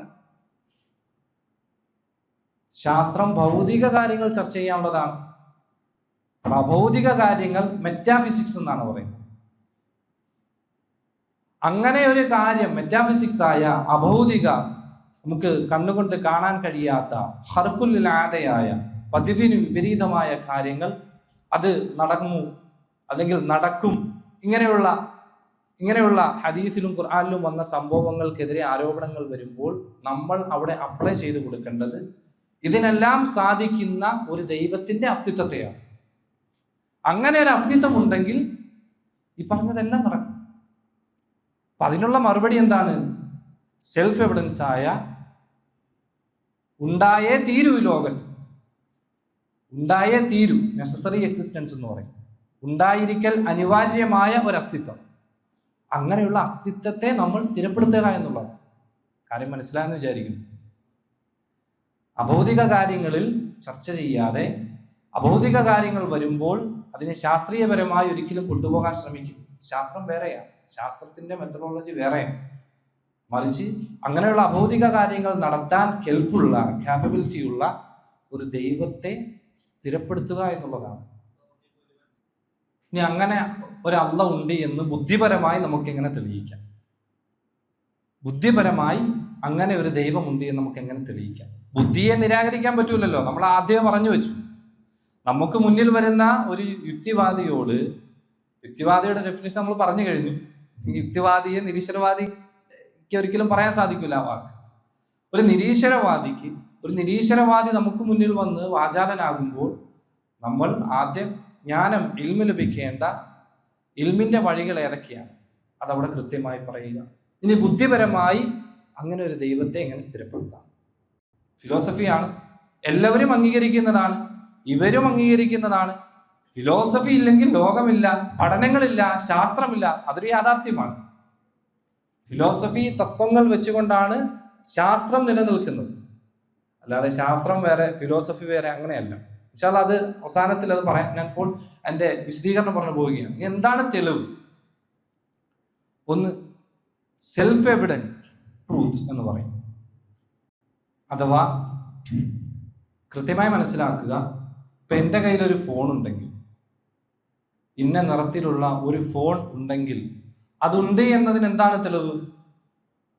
അതുണ്ട് എന്നതിന് ഇതിവിടെ ഇരിക്കുന്നു എന്നത് തന്നെയാണ് തെളിവ്. ഇതിവിടെ ഇരിക്കുന്നു എന്നത് തന്നെയാണ് തെളിവ്. ഇതിനാണ് സെൽഫ് എവിഡൻസ് എന്ന് പറയും. സെൽഫ് എവിഡൻറ്റ് ട്രൂത്ത് ഫിലോസഫിയാണ്, ശരിക്ക് മനസ്സിലാക്കേണ്ടതാണ്. ഈ ലോകം ഇവിടെ ഉണ്ടെങ്കിലോ, ഈ ലോകം ഇവിടെ ഉണ്ടെങ്കിൽ, വിശദീകരണത്തിലേക്ക് വരാം. ഈ ലോകം ഇവിടെ ഉണ്ടെങ്കിൽ അതിനൊരു ദൈവം ഉണ്ടായേ തീരും. അതിന്റെ കാരണം എന്താ? നമ്മൾ പലപ്പോഴും കേട്ടിട്ടുണ്ടാകും. അതെന്താ അതിനൊരു ദൈവം ഉണ്ടായേ തീരൂ എന്ന് പറയാൻ കാര്യം എന്താ? ഈ ലോകം ഡിസൈനഡ് ആണ്. എന്താണ്? ലോകം ഡിസൈനഡ് ആണ്. ലോകം ഒരു അരക്ഷിതാവസ്ഥയിൽ ആരും നോക്കാനില്ലാതെ ഛിന്ന ഭിന്നമായി ഡിസൈനഡ് അല്ലാതെ ആയിരുന്നുവെങ്കിൽ പറയാമായിരുന്നു ഇവിടെ ദൈവമൊന്നുമില്ല. പക്ഷേ ലോകം ഡിസൈനഡ് ആണ്. നമ്മൾ അംഗീകരിക്കുന്നതാണ്. ഡിസൈൻ ആർഗ്യുമെന്റ് എന്ന് പറഞ്ഞാൽ ഫിലോസഫിയിലെ തന്നെ ഒരു ആർഗ്യുമെന്റ് ആണ് ഡിസൈൻ ആർഗ്യുമെന്റ്. നമ്മൾ അംഗീകരിക്കുന്ന വിഷയമാണ്. ഉദാഹരണത്തിന് എൻ്റെ കയ്യിൽ നിന്നൊരു ഗ്ലാസ് താഴെ വീണെന്ന് വിചാരിക്കുക. ഒരു ഗ്ലാസ്, ചായ കുടിക്കുന്ന ഗ്ലാസ് താഴേക്ക് വീണു. ആ ഗ്ലാസ് ഇങ്ങനെ ഛിന്ന ഭിന്നമായി പോയി. സ്വാഭാവികമായും ഗ്ലാസ് അതിന് ഇഷ്ടപ്പെട്ട രീതിയിൽ ഛിന്ന ഭിന്നമായി ആ രീതിയിൽ അങ്ങ് പോകലാണ്. പക്ഷെ ഈ ഗ്ലാസ് നമ്മളെല്ലാം പുറത്തു പോയിട്ട് വന്നപ്പോൾ ഈ ഗ്ലാസ്സിനെ ഒരു താമരയുടെ രൂപത്തിൽ ഈ ചില്ലുകളെല്ലാം ഭംഗിയാക്കി വെച്ചിരിക്കുന്നു. ഇത് കണ്ടാൽ എന്ത് പറയും? ഇതിനെ ഡിസൈൻ ആരോ ചെയ്തതാണ്. ഇതങ്ങനെ വെറുതെ ഡിസൈൻ ഇല്ലാത്തതാവൂല, ഇത് ഡിസൈനഡ് ആക്കിയതാണെന്ന് പറയുന്നതാണ്. ഒട്ടനവധി ഉദാഹരണങ്ങൾ എടുക്കാം. പ്രധാനമായി മനസ്സിലാക്കേണ്ടത് ഗോളങ്ങൾ, മിൽക്കി വേ, ഗാലക്സി, മിൽക്കി വേ, കോടാനുകോടി ഗോളങ്ങൾ ഇങ്ങനെ സഞ്ചരിച്ചു കൊണ്ടിരിക്കുകയാണ്. ഭൂമിയൊന്ന് വലയം ചെയ്യുന്നതിന് 24 മണിക്കൂറാണ്. 23 കുറഞ്ഞിട്ടുണ്ടോ? ഇല്ല. വെറുതെ കൃത്യത ഇല്ല എങ്കിൽ പറയായിരുന്നു അതൊക്കെ ചുമ്മാണെന്ന് പറയാം. പക്ഷെ കൃത്യതയുണ്ട്. 365 ദിവസം വേണം ഒരു വർഷമാകാൻ. അതിന് ഇന്നേ വരെ ഒരു കുറവോ കൂടുതലോ സംഭവിച്ചിട്ടുണ്ടോ? കൃത്യത വെക്കാൻ ആളുണ്ടായിരുന്നു. ഞാൻ ഈ ഹാളിൽ ഒരു 100 ബോളുകൾ കൊണ്ടുവന്ന് ഇങ്ങനെ എറിയുകയാണ്. അത് പരസ്പരം കൂട്ടിമുട്ടുമോ ഇല്ലയോ? 1000 ബോളുകളാണെങ്കിലോ ഉറപ്പല്ലേ? ഡെഫിനിറ്റ്ലി ഉറപ്പല്ലേ? അപ്പൊ ഈ കോടാനുകോടി ഗോളങ്ങൾ പരസ്പരം തട്ടാതെ നിൽക്കുന്നത് ഇത് വെറുതെയാണോ? ഇല്ല, ഇതിന് കൃത്യതയാണ്. കൃത്യത ഉണ്ടായേ തീരൂ. അതിൻ്റെ പേരാണ് നെസസറി ബീയിങ്. ഇതിനെയൊക്കെ ഉണ്ടാക്കിയ ഒരു തുടക്കക്കാരൻ റിച്ചാർഡ് ഡോക്കിൻസ്. ഞാൻ ആദ്യം പറഞ്ഞു വെച്ച ഈ നിരീശ്വര നവനാസ്തികരുടെ അപ്പസ്തലന്മാർ, ഇവരൊക്കെ നെസസറി ബീയിങ് ഉണ്ടെന്ന് പറയുന്നവർ അവസാനം അവർക്ക് എത്തേണ്ടി വന്നു. പല സംവാദങ്ങളിലും, യൂറോപ്യൻ രാജ്യങ്ങളിൽ നടക്കുന്ന പല സംവാദങ്ങളിലും നെസസറി ബീയിങ്, ഒരു തുടക്കക്കാരൻ ഇതിനൊക്കെ ഉണ്ട്, ഇതിനൊക്കെ പിടിച്ചു നിർത്തുന്ന ഒരു ശക്തി ഉണ്ടായേ തീരൂ, കാരണം ഇത് ഡിസൈനഡ് ആണ് എന്ന് അവർക്ക് മുന്നിൽ സമർത്ഥിച്ച് പറയുമ്പോൾ അത് അവർ അംഗീകരിക്കാറുണ്ട്. ഒരു ചില കാര്യങ്ങൾ മാത്രമേ നിഷേധിക്കാറുള്ളൂ. ആ വിഷയം ഞാൻ പറഞ്ഞാൽ പിന്നെ അത് പൂർത്തിയാക്കേണ്ടി വരും സമയം. മനസ്സിലായെന്ന് വിചാരിക്കുന്നു. എന്നാ ഡിസൈൻ ആർഗ്യുമെന്റ്, ഡിസൈൻ ആർഗ്യുമെന്റ് നമുക്ക് അംഗീകരിച്ചേ തീരൂ. രണ്ടാമത്തെ ഫിലോസഫി ആർഗ്യുമെന്റ് ആണ് കണ്ടിൻജൻസി ആർഗ്യുമെന്റ്. കണ്ടിൻജൻസി ആർഗ്യുമെന്റ്, ഇതിന് ഡിപ്പെൻഡൻസി ആർഗ്യുമെന്റ് എന്ന് പറയാറുണ്ട്. ആർഗ്യുമെന്റ് എന്ന് പറഞ്ഞാൽ വാദം. Dependency argument. ലോകത്ത് 3 തരം അസ്തിത്വത്തെ നമുക്ക് പറയാൻ പറ്റും. അസ്തിത്വം 3 തരമുണ്ട്. ഒന്ന് ഇമ്പോസിബിൾ എക്സിസ്റ്റൻസ്. കണ്ടിൻജൻസി ആർഗ്യുമെന്റ് അതിന്റെ വിശദീകരണമാണ്. ഒന്ന് ഇമ്പോസിബിൾ എക്സിസ്റ്റൻസ്, അഥവാ ലോകത്ത് ഉണ്ടാവാൻ സാധിക്കില്ല, അങ്ങനെയുള്ള അസ്തിത്വം. അതിന് പല ഉദാഹരണങ്ങൾ പൊതുവെ പറയാറുണ്ട്. രാവും പകലും ഒരുമിച്ചുണ്ടാവുക, ഇത് ഇമ്പോസിബിൾ ആണ്. ഒരു വസ്തുവിന്റെ നിറം ഒരേ സമയത്ത് 2 നിറമായി വരിക, 2 നിറമായി ഹക്കീക്കത്തൻ 2 നിറമാവുക, മനസ്സിലായി? തോന്നിക്കലുണ്ട്, അത് അല്ല. അവിടെ മനസ്സിലാക്കാം. ചില ഫോണിന്റെ ഒക്കെ ബാക്ക് പാനൽ പല നിറമായി അതല്ല. ഹക്കീക്കത്തൻ 2 നിറമാവുക, അങ്ങനെ സംഭവിക്കൂല. അതാണ് ഇമ്പോസിബിൾ എക്സിസ്റ്റൻസ്. 2 possible existence. കൃത്യമായി മനസ്സിലാക്കണം. പോസിബിൾ എക്സിസ്റ്റൻസ്, ഉണ്ടാകാനും ഉണ്ടാകാതിരിക്കാനും സാധ്യതയുണ്ട്. ഇവിടെ ഉണ്ടാകൽ നിർബന്ധമൊന്നുമില്ല. അഥവാ ആ സാധനം ഇവിടെ ഇല്ലെങ്കിലും ഈ ലോകം നിലനിന്നു പോകും. ഉദാഹരണത്തിന്, നിങ്ങളാകുന്ന വിദ്യാർത്ഥികൾ, നിങ്ങൾ ഈ ലോകത്തിന് അനിവാര്യമായതാണോ? അല്ല. നിങ്ങളുടെ ഇവിടെ ഇല്ലെങ്കിൽ ഈ ലോകത്തിന് എന്തെങ്കിലും സംഭവിക്കൂ? ഇല്ല. നിങ്ങളുടെ ഇവിടെ ഇല്ലെങ്കിലും കാര്യങ്ങളൊക്കെ നടന്നു പോകും. അപ്പൊ പിന്നെ നിങ്ങളിവിടെ ഉണ്ടായിരിക്കൽ നിർബന്ധമല്ലല്ലോ.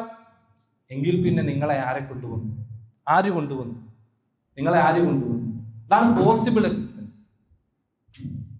ഇവിടെ ഒരു കസേര, ആ കസേര ഇവിടെ ഉണ്ടായിരിക്കൽ, ജാമിയ കൗസരി ഹാളിൽ, ദാറുൽ ഖുർആന്റെ ഹാളിൽ കസേര ഉണ്ടായിരിക്കൽ നിർബന്ധ ഘടകമല്ല.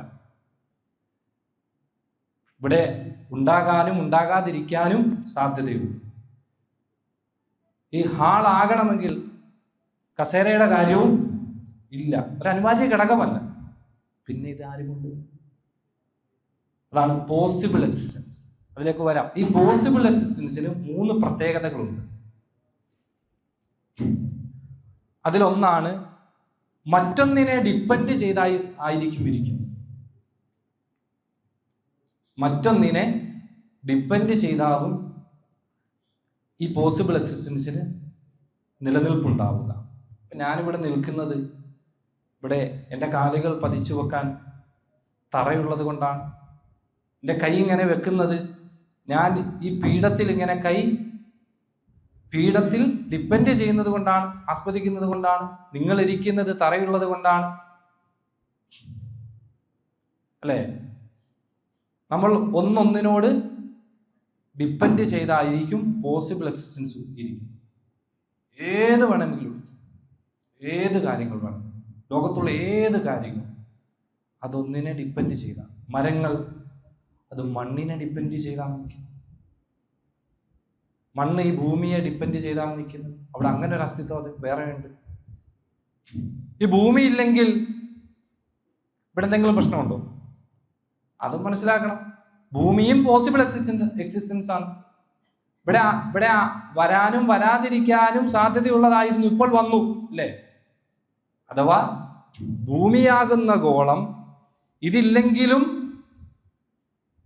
മറ്റു ഗോളങ്ങളെല്ലാം നിലനിൽക്കും. അതങ്ങനെ സഞ്ചരിച്ചു പോയിക്കൊണ്ടേയിരിക്കും. ഇതിന്റെ ഘടനയ്ക്കൊന്നും ഒരു വ്യത്യാസവും വരില്ല ബാക്കിയുള്ള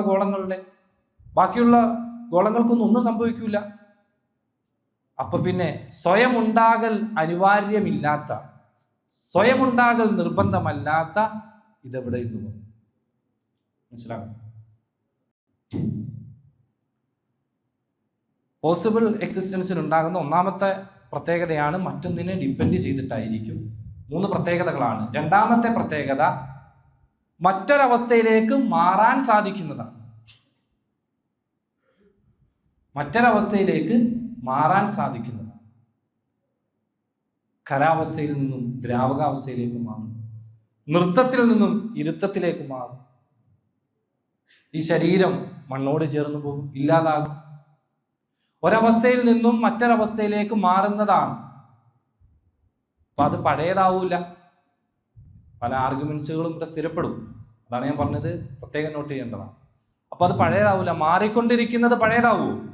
ഇല്ല. അങ്ങനെ തന്നെ നിന്നാലേ പഴയതാവത്തുള്ളൂ. ലോകം ഹാദിസാണെന്ന് പറയാൻ നമ്മൾ ഉപയോഗിക്കുന്നതാണ്. അത് ഇങ്ങനെയാണ് മനസ്സിലാക്കേണ്ടത്.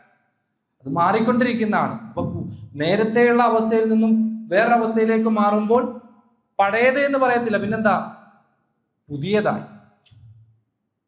മനസ്സിലാവുന്നു? അത് ഡീപ്പായി ചർച്ച ചെയ്യേണ്ട ഒരു വിഷയമാണ്. മൂന്നാമതായി പോസിബിൾ എക്സിസ്റ്റൻസിന്റെ മൂന്നാമത്തെ പ്രത്യേകത അത് നെസസറി അല്ല എന്നുള്ളതാണ്. അഥവാ അനിവാര്യമായ നെസസറി എക്സിസ്റ്റൻസ് അഥവാ അനിവാര്യമായ അസ്തിത്വമല്ല എന്നുള്ളതാണ്. നമ്മളത് വിശദീകരിച്ചു കഴിഞ്ഞു. ഇവിടെ ഉണ്ടായിരിക്കൽ നിർബന്ധമായതേ അല്ല. നമ്മളില്ലെങ്കിലും ഈ ലോകത്തിനൊരു കുഴപ്പവും സംഭവിക്കുന്നത്. ഇപ്പൊ 2 തരം എക്സിസ്റ്റൻസുകൾ പറഞ്ഞു. ഒന്ന് ഇമ്പോസിബിൾ എക്സിസ്റ്റൻസ്, ഒരിക്കലും ഉണ്ടാവില്ല. 2 പോസിബിൾ എക്സിസ്റ്റൻസ്, ഉണ്ടാകാനും ഉണ്ടാകാതിരിക്കാനും കഴിയുന്ന വസ്തുക്കൾ, സാധനങ്ങൾ, മനുഷ്യർ, മൃഗങ്ങൾ എല്ലാം അവരൊന്നും ഇവിടെ ഉണ്ടാകാൻ അനിവാര്യമായ ഘടകമല്ല. 3 നെസസറി എക്സിസ്റ്റൻസ്. ഇതൊക്കെ ഇവിടെ ഉണ്ടെങ്കിൽ ഇവിടെ ഉണ്ടാകാനും ഉണ്ടാകാതിരിക്കാനും സാധ്യതയുണ്ടായിരുന്നു. എന്നാൽ ആ ഉണ്ടാകാതിരിക്കാൻ സാധ്യതയുള്ള എല്ലാം ഇവിടെ ഉണ്ട് എങ്കിൽ പിന്നെ ഈ ഉണ്ടാകാതിരിക്കാൻ സാധ്യതയുള്ളതിനെ ആര് കൊണ്ടുവന്നു? ഒരാൾ ഉണ്ടായേ തീരും. മനസ്സിലാവുന്നു? ഇപ്പൊ ഉണ്ട് നമ്മളെ ഇവിടെ ആർക്കും ആവശ്യമില്ല. നമ്മളിവിടെ ഉണ്ടാകാൻ അനിവാര്യമല്ല. നമ്മളില്ലെങ്കിൽ ഈ ലോകം എന്ത് ചെയ്യും? നടന്നു പൊയ്ക്കോളും അല്ലേ? ഈ കസേര ഇവിടെ ആവശ്യമില്ല. ഈ കസേര ഇല്ലെങ്കിലും ഈ ഹാളുണ്ട്, എല്ലാം ഉണ്ട്. പക്ഷെ ഈ കസേര ഇവിടെ വന്നു എങ്കിൽ പിന്നെ ആരുണ്ടായിരിക്കണം? കൊണ്ടുവന്ന ആളുണ്ടായേ തീരും. അതുപോലെയാണ് ഈ ഭൂമി, ഈ ഗോളങ്ങൾ നിലനിൽക്കാൻ, അല്ലെങ്കിൽ മിൽക്കി വേയിൽ ഭൂമിക്ക് ഒരു പ്രസക്തിയില്ല. ഉണ്ടായില്ലെങ്കിൽ ഒരു കുഴപ്പമില്ല. പിന്നെ ഇതിനെ ആര് കൊണ്ടുവന്നു? അതാണ് നെസസറി എക്സിസ്റ്റൻസ്. ഡിസൈനഡായ, പോസിബിൾ ആയിരുന്ന ഒരു കാര്യം ഈ ലോകത്തുണ്ട് എങ്കിൽ അതിനെ കൊണ്ടുവന്ന ഒരാൾ ഉണ്ടായേ തീരും. അതാണ് നെസസറി എക്സിസ്റ്റൻസ്. ഇതൊരു സെൽഫ് എവിഡൻസ് ആണ്. ഈ ലോകം ഇവിടെ നിലനിൽക്കുന്നുണ്ടെങ്കിൽ ഈ ലോകം തന്നെ തെളിവാണ് എന്തിന്? ഇതിനൊരു ദൈവമുണ്ട്. കാരണം നമ്മളെല്ലാം പോസിബിൾ ആണ്, സാധ്യത ഉള്ളവരാണ്. നമ്മളാരും നെസസറി എക്സിസ്റ്റൻസുകളല്ല. ഉണ്ടായേ തീരും ഇല്ല. അങ്ങനെ ഒരൊറ്റ ഒരാളേ ഉള്ളൂ. അതാരാ? അല്ലാഹ്. ഇനി ഇതൊക്കെ ഇവിടെ ഉണ്ടായിരിക്കവേ, ഡിസൈനഡായ എല്ലാം ഉണ്ടായിരിക്കവേ ശൂന്യതയിൽ നിന്ന് വന്നതാണെന്ന് പറയാൻ സാധിക്കുമോ? അങ്ങനെ ഒരു ആർഗ്യുമെന്റും ഇല്ല. അതാണ് രസം. അങ്ങനെ ഒരു ഫിലോസഫി ആർഗ്യുമെന്റും ഇല്ല. ഫിലോസഫി ആർഗ്യുമെന്റ് എല്ലാം ഉണ്ട് എന്ന് സ്ഥിരപ്പെടുത്തുന്നതാണ്. ഇതിന് ഒരു നെസസറി ബീങ്, ഒരു തുടക്കക്കാരൻ ഉണ്ടായേ തീരൂ എന്ന് പ്രൂഫ് ചെയ്തിരിക്കുകയാണ്. മനസ്സിലാവുന്നുണ്ടോ? കാരണം ഒന്നും എല്ലാം ഈ പോസിബിൾ ആയതെല്ലാം ഡിപ്പെൻഡഡ് ആണ്. അപ്പം ഈ ഡിപ്പെൻഡഡ് ആയതിനെ എവിടെയെങ്കിലും കൊണ്ടുവന്ന് കണക്ട് ചെയ്യണം. അതിന്റെ പീക്ക് എവിഡൻസിലേക്കാണ് നമ്മൾ പോകുന്നത്. അതിന് ആ പറഞ്ഞതിന്റെ ഒരു സാരമാണ് ഇനി പറയുന്നത്. ഇതിനെല്ലാം കൊണ്ടുവന്ന് കണക്ട് ചെയ്യുന്ന, ആരോടും ചോദിക്കണ്ടാത്ത, എല്ലാം സ്വന്തമായി ചെയ്യാൻ കാപ്പബിലിറ്റി ഉള്ള, കഴിവുള്ള, വല്ലാഹു അലാ കുല്ലി ഷൈഇൻ ഖദീർ, എല്ലാത്തിനും കഴിവുള്ള, ആരെയും ആശ്രയിക്കണ്ടാത്ത, ഡിപ്പെൻഡഡ് അല്ലാത്ത ഒരാളിൽ ചെന്നിട്ട് നിന്നേ പറ്റൂ. അല്ല എന്ന് പറയാൻ സാധിക്കില്ല. ഉദാഹരണമായി നമ്മുടെ ദൈനംദിന ജീവിതത്തിൽ ഉദാഹരണങ്ങൾ തന്നെ നമുക്ക് എടുത്തുകൊണ്ട് പരിശോധിക്കാം. എനിക്കൊരു ദിവസം ലീവ് വേണം. ഞാൻ അതിനു വേണ്ടിയിട്ട് അടുത്ത ആളെ സമീപിക്കുന്നു. അദ്ദേഹം അതിൻ്റെ ഉദ്യോഗസ്ഥരെ സമീപിക്കുന്നു, വേണ്ടപ്പെട്ട ആളുകളെ സമീപിക്കുന്നു. അങ്ങനെ ഈ ചങ്ങല മേളിലേക്ക് പോയി, ഈ ശൃംഖല മേളിലേക്ക് പോയി, ആരോടും ചോദിക്കേണ്ടാത്ത, സ്വന്തമായി തീരുമാനമെടുക്കാൻ കഴിയുന്ന ഒരാളുടെ അനുവാദം കിട്ടിയാലേ എനിക്ക് പോകാൻ കഴിയത്തുള്ളൂ. അഥവാ ശൂന്യതയിലേക്ക് വിടാൻ പറ്റൂല അല്ലെ? ഒരു മരം, ആ മരം എവിടെ നിന്നുണ്ടായി? അത് അതിൻ്റെ വിത്ത്. ആ വിത്ത് വേറൊരു മരത്തിൽ നിന്ന് ഇങ്ങനെ പറഞ്ഞ് പോയാൽ ഇതിന് തുടക്കം ഉണ്ടാവില്ല. പക്ഷെ ഇതിനെ ഇൻഫിനിറ്റിയിലേക്ക് വിടാൻ പറ്റുമോ? അവസാനം വരുന്ന ആ അല്ലെങ്കിൽ ആ മരം ഉണ്ടായത് അത് വെറുതെ ഉണ്ടായി പറയാൻ പറ്റുമോ? ഇതുവരെ ആളുണ്ടായിരുന്നു ഇല്ല. മനസ്സിലായില്ല? അങ്ങനെ വെറുതെ വിടാൻ പറ്റുന്ന ആർഗ്യുമെന്റ്സും ഇല്ല, വാദങ്ങളുമില്ല. തെറ്റാണത്. അങ്ങനെ ഒരാളിൽ നിന്നേ തീരും. ഒരു 10 രൂപ ഞാൻ ഉദാഹരണത്തിന്, വേറൊരു ഉദാഹരണം, ഒരു 10 രൂപ ഞാൻ കടം ചോദിക്കുകയാണ്. അങ്ങനെ എനിക്ക് ആ 10 രൂപ കടം ചോദിച്ച് കിട്ടിയെങ്കിൽ, അതൊരു പക്ഷേ ഞാൻ കടം ചോദിക്കുമ്പോൾ ആരോടാണോ ചോദിച്ചത് അദ്ദേഹത്തിന് തരാൻ പറ്റാതെ അടുത്തൊരാളോട് ചോദിക്കുന്നു. അങ്ങനെ ആരോടും ചോദിക്കേണ്ടാത്ത, അനുവാദം ചോദിക്കേണ്ടാത്ത ഒരാൾ എനിക്ക് 10 രൂപ തന്നാലേ എന്ത് ചെയ്യാൻ പറ്റത്തുള്ളൂ? എനിക്ക് കിട്ടത്തുള്ളൂ. അങ്ങനെ ആരോ 10 രൂപ നൽകി എന്നതാണല്ലോ എനിക്ക് 10 രൂപ കൊണ്ട് തന്നത് കൊണ്ടുള്ള ഉദ്ദേശം. മനസ്സിലായില്ലേ? ഈ ലോകം ഇതുപോലെ, ഈ 10 രൂപയുടെ കേസ് പോലെ തന്നെയാണ് ലോകം പോസിബിളാണ്. ഇതിവിടെ ഉണ്ട് എങ്കിൽ ഇതിന് അനിവാര്യമായ ഒരു നെസസറി എക്സിസ്റ്റൻസ്, അനിവാര്യമായ ഒരു അസ്തിത്വം ഉണ്ടായേ തീരും. അം ഖുലിഖു മിൻ ഗൈരി ഷൈഇൻ അം ഹുമുൽ ഖാലിഖൂൻ. അല്ലാഹ് ഇത് തന്നെയാണ് ചോദിക്കുന്നത്. നമ്മൾ കണക്ട് ചെയ്യുമ്പോഴാണ് മനസ്സിലാവും. അതേ ആർഗ്യുമെന്റ് തന്നെ അള്ളാഹ് മുന്നോട്ട് വെക്കുന്നു. അം ഖുലിഖു മിൻ ഗൈരി ഷൈഇൻ, ഇതെല്ലാം ഒന്നുമില്ലാതെ സൃഷ്ടിക്കപ്പെട്ടവരാണ്. ശൂന്യതയിൽ നിന്നും, ഇൻഫിനിറ്റിയിൽ നിന്നും, ശൂന്യതയിൽ നിന്നും സൃഷ്ടിക്കപ്പെട്ടവരാണ്. അം ഹുമുൽ ഖാലിഖൂൻ, അതല്ല ഇവർ തന്നെ സൃഷ്ടാക്കളാണോ, സൃഷ്ടിച്ചവരാണോ? എങ്കിൽ അം ഖലഖുസ് സമാവാതി വൽ അർദ്. അടുത്തൊരു പോയിന്റാണ്. നിങ്ങൾ സ്വയം അങ്ങ് ഉണ്ടായതാണെന്ന് പറയുകയാണെങ്കിൽ ഈ ആകാശഭൂമികളെ ആര് സൃഷ്ടിച്ചു? ഭയങ്കര ചോദ്യമാണ്. നിങ്ങൾ ഇനി സ്വന്തമായി ഉണ്ടായതാണ്, നിങ്ങളങ്ങ് പറഞ്ഞ് ഓക്കെ എങ്കിൽ പിന്നെ ഈ ആകാശഭൂമികളെ ആര് സൃഷ്ടിച്ചു? ഇതാണ് സത്യത്തിൽ പരിശുദ്ധ ഖുർആന്റെ ഈ ആർഗ്യുമെന്റ് ശരിക്കും ഒരു ഫിലോസഫി ആർഗ്യുമെന്റ് തന്നെയാണ്. അത് കണക്ട് ചെയ്യുമ്പോഴാണ് എൻ്റെ ബന്ധം മനസ്സിലാവുന്നത്. ഞാൻ ഇതുവരെ ഇതോടുകൂടി പറഞ്ഞ് നിർത്തുകയാണ്.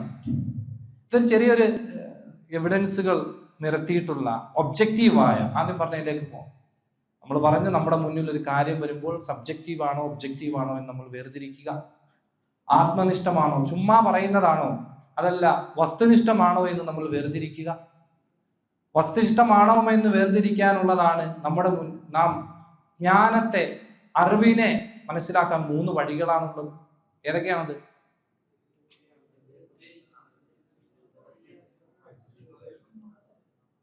ആ 3 അംഗീകരിച്ചേ തീരൂ. അത് അംഗീകരിച്ചില്ലെങ്കിൽ വാതുറക്കാൻ പറ്റൂല, ബുദ്ധിയില്ലാത്തവെന്ന് പറയേണ്ടി വരും. മനസ്സിലായി? ഖബറുകൾ അതിനെ നിഷേധിച്ച അതിലും വലിയ പ്രശ്നങ്ങളുണ്ടാകും. അപ്പൊ ഈ നബി തങ്ങൾ സല്ലല്ലാഹു അലൈഹി വസല്ലം തങ്ങളുമായി വരുന്ന ആരോപണങ്ങളൊക്കെ ഈ രീതിയിലാണ് മറുപടി കൊടുക്കേണ്ടത്.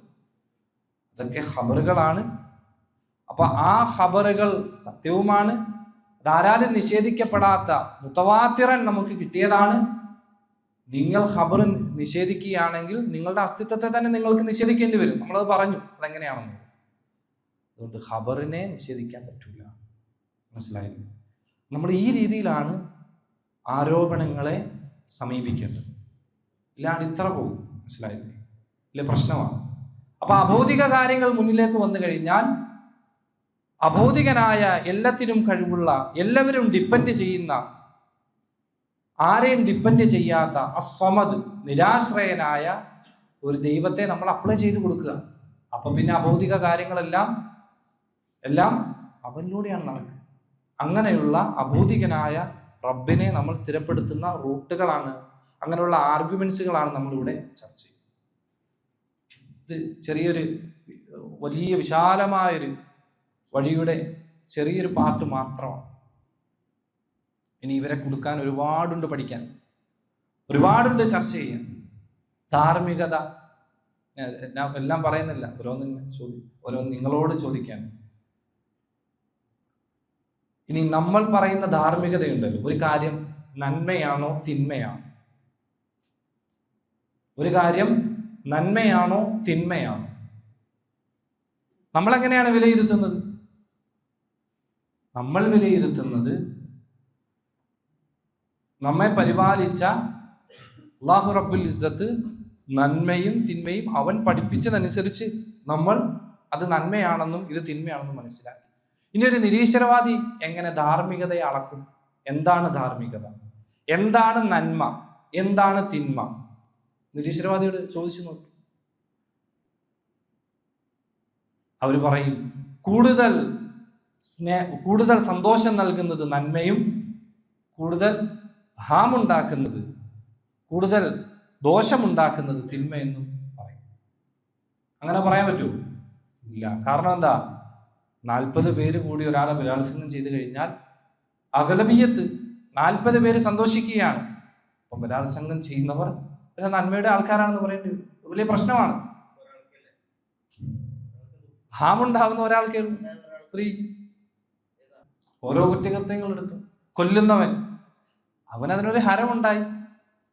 പിന്നെ അവന്റെ വിശ്വാസം വെച്ചിട്ട് അതൊരു നന്മയാണെന്ന് പറയുന്നു. മോഷണം സന്തോഷമാണല്ലോ, പൈസ കിട്ടുകയാണ്. ഇങ്ങനെ ധാർമ്മികതയെ പോലും പറയാൻ സാധിക്കാത്ത രീതിയിൽ നിരീശ്വരവാദം വെച്ചുകൊണ്ട് നിരീശ്വരവാദികളുടെ അവരുടെ ആർഗ്യുമെന്റ്സ്, അവർ മുന്നോട്ട് വെക്കുന്ന ഓരോ കാര്യങ്ങളും സത്യത്തിൽ അത് അവരുടെ അടിവേര് തന്നെ അറക്കുന്നതാണ്. നമ്മളത് പഠിക്കണം. അവരെ വെച്ച് തന്നെ നമുക്ക് മറുപടി കൊടുക്കാൻ സാധിക്കണം. ഉദാഹരണത്തിന് ഐഷാബിയുമായുള്ള കല്യാണത്തിന്റെ വിഷയം, സത്യത്തിൽ അവർക്കത് പറയാൻ, അത് തെറ്റാണെന്ന് പറയാൻ അവർക്ക് സാധിക്കൂല. നമ്മളത് പഠിച്ചിട്ട് വേണം നമ്മൾ മറുപടി കൊടുക്കുക. കാരണം അവരുടെ വിശ്വാസത്തിൽ സാംഹാരിസിന്റെയൊക്കെ വ്യക്തമായ നിരീക്ഷണമാണ്, ആർക്കും ഫ്രീ വില്ലൊന്നുമില്ല. ആർക്കും ഫ്രീ വില്ല. ഫ്രീ വിൽ എന്ന് പറഞ്ഞാൽ ആർക്കും സ്വാതന്ത്ര്യമായി ചൂസ് ചെയ്യാനുള്ള അവസരങ്ങളില്ല. ഒരു ഭൗതികവാദിയുടെ ചിന്തയിൽ അങ്ങനെയാണ്.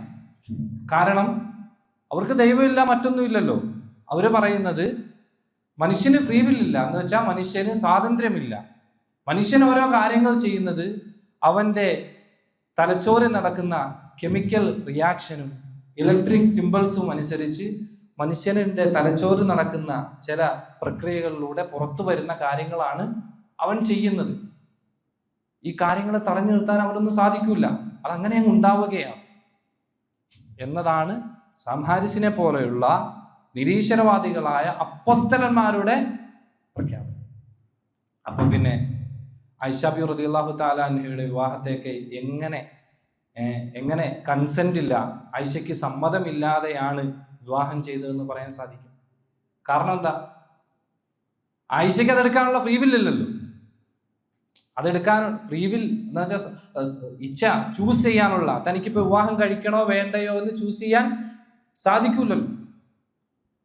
പിന്നെ അതെങ്ങനെ തെറ്റാണെന്ന് പറയാൻ സാധിക്കും? മനുഷ്യർ ചെയ്യുന്ന തെറ്റുകളൊന്നും തെറ്റല്ലാതെ ആകും. ഞാൻ കൊന്നല്ല, എൻ്റെ കെമിക്കൽ റിയാക്ഷൻസുകളാണ് ഇതൊക്കെ എന്ന് പറയേണ്ടി വരും. ഇങ്ങനെ ഭീമമായ മണ്ടത്തരങ്ങളുടെ ലോകങ്ങൾ പടത്തുയർത്തി വെച്ചിരിക്കുകയാണ് സത്യത്തിൽ നിരീശ്വരവാദം. നമ്മൾ ആഴത്തിൽ പഠിക്കേണ്ടതുണ്ട്. ഈ രീതിയിലാണ് മറുപടികൾ കൊടുക്കേണ്ടത്. അവരെ ഒന്ന് പഠിക്കുക, അവരെ ഒന്ന് പഠിക്കുക. പലപ്പോഴും അതിലും വലിയ വിഡ്ഢിത്തം പറയാറുണ്ട്. ശാസ്ത്രം ഇത്രയും വളർന്നില്ല, ഇനിയിപ്പോൾ ഞങ്ങൾ എന്തിനാ ദൈവത്തെയൊക്കെ ആരാധിക്കുന്നു? ദൈവം ഉണ്ടെങ്കിൽ ശാസ്ത്രം കൊണ്ട് തെളിയിക്കപ്പെടണ്ടേ? ഏറ്റവും വലിയ മണ്ടത്തരമാണ്. ശാസ്ത്രം എന്തെന്നറിയില്ല. നമ്മുടെ കേരളത്തിൽ കാണുന്ന വലിയ വലിയ യുക്തിവാദികൾ എന്ന് നമ്മൾ കാണുന്ന ഇവരൊക്കെയും എടുത്തുദ്ധരിക്കുന്നത് ഇസ്ലാമോഫോബിയയുടെ അതിൻ്റെ പാരമ്യതയിലെത്തിയ പുസ്തകങ്ങൾ വാരി എഴുതി നിറച്ചിരിക്കുന്ന സംഹാരിസിനെയൊക്കെയാണ് ഇന്നത്തെ ഈ ജബ്ബാർ മാഷും രവീന്ദ്രനൊക്കെ കൂട്ടുപിടിക്കുന്നത്. ഇവർക്കൊന്നും സത്യത്തിൽ ശാസ്ത്രത്തിലേക്കും തിരിഞ്ഞു നോക്കിയിട്ടുമില്ല. എത്ര വലിയ മണ്ടത്തരമാണെന്ന് അറിയുന്നു. നമ്മൾ മനസ്സിലാക്കണം. ശാസ്ത്രം ഇത്രയും വളർന്നിട്ടും ദൈവത്തെ ഒന്നും കണ്ടുപിടിക്കാൻ സാധിച്ചിട്ടില്ല, അതുകൊണ്ട് വെറുതെയാണെന്ന് പറഞ്ഞാൽ അത് വലിയ മണ്ടത്തരമാണ്. കാരണം ദൈവം എന്താണ്? അഭൗതികനാണ്, അല്ലേ? ദൈവം ഈ ലോകത്തിന്റെ പ്രൊഡക്റ്റ് അല്ല. ദൈവം ഈ ലോകത്തെ ഉണ്ടാക്കിയ ആളാണ്. ഈ ലോകമല്ലാത്തതാണ് ദൈവം. ലൈസക മിസ്ലിഹി ശൈഉൻ. ഈ ലോകത്തെ ഉള്ള ഒരു വസ്തുവിനെ പോലെയും അല്ല അല്ലാഹ്. ഇവർ പറയുന്ന ശാസ്ത്രമാകട്ടെ ലോകത്തുള്ള വസ്തുക്കളെ കണ്ണുകൊണ്ട് കാണാൻ പറ്റുന്ന, നിരീക്ഷിക്കാൻ കഴിയുന്ന, ഒബ്സർവ് ചെയ്യാൻ കഴിയുന്ന, നിരീക്ഷിക്കാൻ കഴിയുന്ന, എക്സ്പെരിമെന്റ് പരീക്ഷണങ്ങൾ നടത്താൻ സാധിക്കുന്ന വസ്തുക്കളെ പരീക്ഷിച്ച് കണ്ടുപിടിക്കുന്ന അറിവുകൾക്കാണ് ശാസ്ത്രം എന്ന് പറയുന്നത്. കാണാൻ പറ്റാത്ത ആളെ എങ്ങനെ നിരീക്ഷിക്കാൻ സാധിക്കും? എത്ര വലിയ വിഡ്ഢിത്തമാണ് പറയുന്നത്. ഉദാഹരണമായി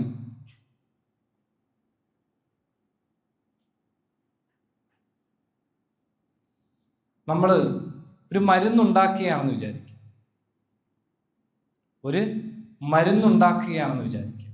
ഇപ്പൊ സയൻസിന്റെ മെത്തഡോളജിയാണ് ഞാൻ പറയാൻ പോകുന്നത്. അതായത് അത് എന്താണെന്നാണ്. സയൻസ് അറിഞ്ഞാലേ സയൻസിന്റെ ഉള്ളിലുള്ള ആളാണോ അല്ല എന്നറിയാൻ സാധിക്കും. ഇപ്പൊ സയൻസ് ഇത്ര വളർന്നിട്ട് അള്ളാഹയെ കാണാൻ പറ്റുന്നില്ല എന്ന് പറഞ്ഞാൽ സ്റ്റെതസ്കോപ്പ് കൊണ്ടിട്ട് അരി അളക്കാൻ സാധിക്കുന്നില്ല എന്ന് പറയുന്നത് പോലെ, അരി കൊണ്ടുവരട്ടെ, പനി അളക്കുന്ന അല്ലെങ്കിൽ ചൂട് നോക്കുന്ന സ്റ്റെതസ്കോപ്പ് കൊണ്ടിട്ട് അരി തൂക്കാൻ പറഞ്ഞാൽ നമ്മൾ എന്ത് പറയും? ഇവരെന്ത് മണ്ടത്തര പറയുന്നത്. അതുപോലെയാണ് ശാസ്ത്രം ഇത്ര വളർന്നിട്ടും ദൈവത്തെ അറിയാൻ സാധിക്കുന്നില്ല എന്ന് പറയുന്നത്. കാരണം ശാസ്ത്രം കാണാൻ കഴിയുന്ന, ഒബ്സർവ് ചെയ്യാൻ കഴിയുന്ന വസ്തുക്കളുടെ നിരീക്ഷണത്തിന് പറയുന്ന, അതിനെ നിരീക്ഷിച്ച് കണ്ടുപിടിക്കുന്ന കണ്ടുപിടുത്തങ്ങളുടെ പേരാണ് സയൻസ്. രണ്ടും രണ്ടാണ്, മനസ്സിലാക്കണം. അത് ഇത്ര വലിയ വിഡ്ഢിത്തമാണ്. അപ്പൊ ഇവരൊക്കെ പേറുന്ന ആശയം എത്ര വലിയ വിഡ്ഢിത്തമാണ് നമ്മൾ മനസ്സിലാക്കണം. ഇതൊക്കെ പഠിക്കുമ്പോൾ അഭിമാനമായി ഇസ്ലാം മാറും. ഈ മണ്ടന്മാരെയാണ് വലിയ സംഭവമായിട്ട് കാണുന്നത്. സയൻസ് 5 മെത്തഡോളജികളാണുള്ളത്. ഒന്ന്, ഒരു കാര്യം ശാസ്ത്രം ആകണമെങ്കിൽ അതിനെ ഒബ്സർവ് ചെയ്യാൻ സാധിക്കണം, നിരീക്ഷിക്കാൻ സാധിക്കുന്നതാണ്. 2, ഹൈപ്പോത്തിസിസ്, അനുമാനത്തിലെത്താൻ സാധിക്കണം. ഒരു കാര്യത്തെ ഒബ്സർവ് ചെയ്ത് നിരീക്ഷിച്ച് ഒരു അനുമാനത്തിൽ എത്തുകയും. 3, എക്സ്പെരിമെന്റ് അഥവാ ആ അനുമാനത്തിലെത്തിയത് പരീക്ഷണങ്ങൾ നടത്തുകയും. 4, ഡാറ്റ അനലൈസിസ്, ആ പരീക്ഷണം നടത്തിയ ഡാറ്റകളെ വിശദീകരണം നടത്തുകയും അതിനെ ഒന്ന് വിശകലനം ചെയ്യുകയും. 5, കൺക്ലൂഷൻ, അതിൻ്റെ ഒരു ഉപസംഹാരം, അതിലൂടെ കിട്ടിയ നതീജയിൽ എത്തിച്ചേരുകയും ചെയ്യുക. ഇതിൻ്റെ പേരാണ് ശാസ്ത്രം, സയൻസ്. അപ്പൊ ദൈവത്തെ ശാസ്ത്രം കൊണ്ട് അളക്കാൻ പറ്റുമോ? കാരണം അതിൻ്റെ ഒന്നാമത്തെ മെത്തഡോളജി ഒബ്സർവ് ചെയ്യാൻ സാധിക്കണമെന്നാണ്. ദൈവത്തെ ഒബ്സർവ് ചെയ്യാൻ സാധിക്കും? ഇല്ല. ദൈവം നമ്മളുടെ കണ്ണുകൊണ്ട് കാണാൻ പറ്റാത്തൊരു ഒരാളാണ്. ദൈവം ഈ ലോകത്തുള്ള അല്ല, ഇതിനപ്പുറത്തുള്ളതാണ്. എന്താണ്? ഒരു മരുന്നുണ്ടാക്കുമ്പോൾ അതിനെ ഒബ്സർവ് ചെയ്യും.